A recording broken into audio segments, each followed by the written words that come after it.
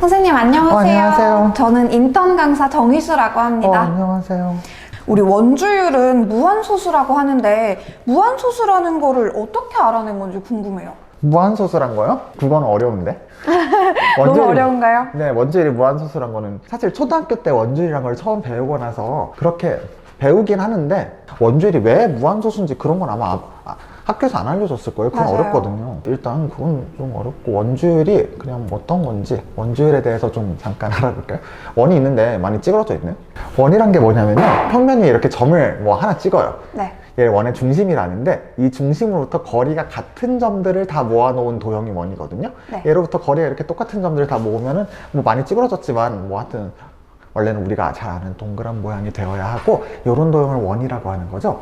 원에서 원 위에 일단 이 원의 중심을 지나도록 원 위에 두 점을 잇는 이런 선분을 그으면은 얘를 원의 지름이라고 하죠. 네. 그리고 이 원 자체는 이 도형인데 얘의 길이를 뭐 원주 혹은 뭐 원의 둘레라고 하죠. 원주율이란 거는 지름분의 원의 둘레, 지름분의 원주, 이거를 원주율이라고 하죠. 그러니까 원은 사실 되게 뭐 요만한 작은 원도 있고 뭐 지구도 거의 원이잖아요. 엄청 큰 원도 있고 뭐 여러 가지 원이 있는데, 네. 원이 커지면은 이 지름도 따라서 같이 커지고 원이 작아지면 지름도 따라서 같이 작아지기 때문에 큰 원이든 작은 원이든 중간 원이든 이 지름에 대한 원의 둘레의 비율인 원주율은 다 똑같아요. 어떤 네. 원이든 간에.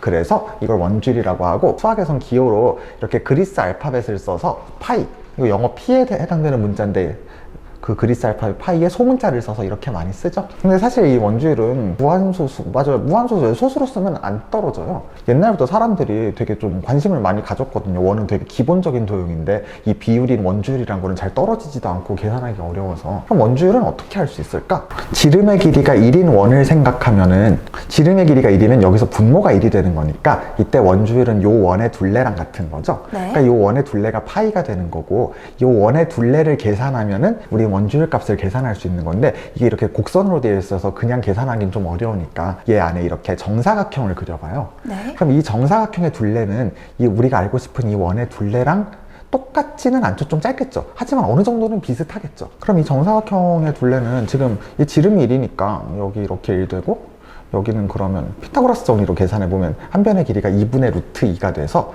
얘의 둘레는 얘 한 변의 길이에다 4 곱하면은 2 루트 2. 아, 그러면 우리가 알고 싶은 원주율 파이는 2 루트 2보다는 얘는 한 2.8 얼마 정도 되거든요. 이거보다는 네. 좀 큰 수구나, 뭐 이런 걸 알 수 있고, 이번엔 반대로 이렇게 저 원 바깥쪽에 이렇게 원을 둘러싸는, 원에 외접하는 정사각형을 하나 그려보면은 얘의 한 변의 길이는 지름이랑 같으니까 한 변의 길이는 1이고 이 큰 바깥쪽 정사각형의 둘레는 4. 우리가 구하고 싶은 원의 둘레는 이 바깥 정사각형의 둘레보다는 좀 짧겠죠. 그래서 원주율은 4보단 작구나, 2루트 2보다는 크고 4보다는 작다, 그러니까 2.8 얼마 정도보단 크고 4보다는 작은 어떤 수라는 걸 알 수 있는 거예요. 지금 정사각형으로 해봤는데 지름이 1인 원이 있을 때 이번엔 안에 정육각형을 그려봐요. 그러면 요 길이는 2분의 1이고 이거 정삼각형이니까 요 정육각형의 한 변의 길이는 2분의 1이 돼서 이 원 안에 있는 정육각형의 둘레는 2분의 1 곱하기 6, 3이 돼요. 우리가 알고 싶은 원주율 파이, 이 원의 둘레는 이 정육각형의 둘레인 3보다는 좀 크겠죠. 네. 아까랑 똑같은 식으로 이제는 원 밖에 또 이런 식으로 정육각형을 그려봐요.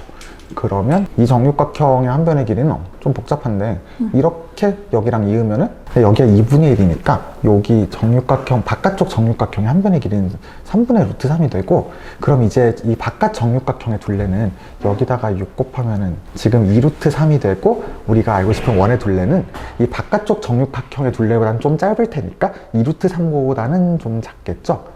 아까 얘는 뭐 2.8 얼마였는데 2루트 3은 뭐 3.4 얼마 정도 되거든요. 우리가 알고 싶은 원주율은 2.8 얼마에서 4 사이에 있는 수라는 걸 알았는데 정육각형으로 보니까 이번에 파이는 3보다는 크고 3.4보다는 얼마 좀 작은 수라는 걸 알았죠. 네.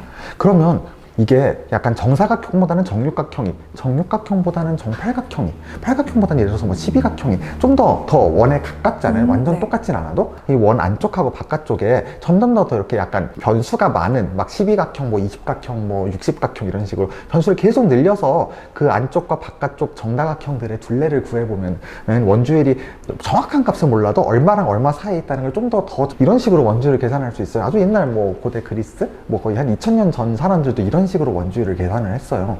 뭐 아르키메데스 이런 사람들도 이렇게 계산을 했다고 하고, 정다각형으로 원주율의 범위를 계산한 건 아무리 정다각형을 모서리수를 많이 잡아 아주 좁은 범위로 좁힐 수는 있지만 완전 정확하게 이따가 얼마다 이렇게는 말을 못 하거든요.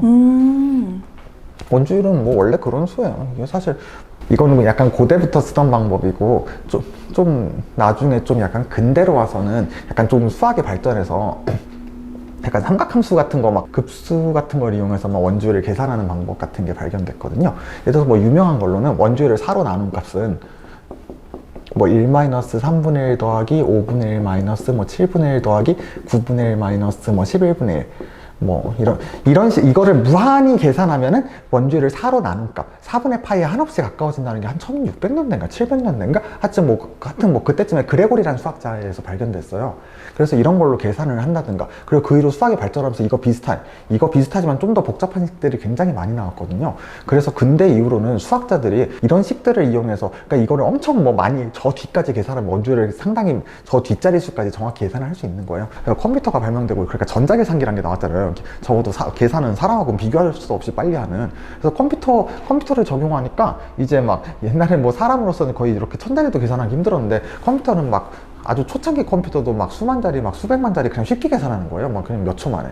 그리고 원주율이 그러면 이렇게 막 그 자릿수를 뭐 소수점 아래 뭐 그렇게 막 수억 자리, 수조 자리까지 정확히 계산하면은 더 정확하니까 뭐 우리 뭐 실생활에 뭐 도움이 되냐면 별로 그렇진 않아요.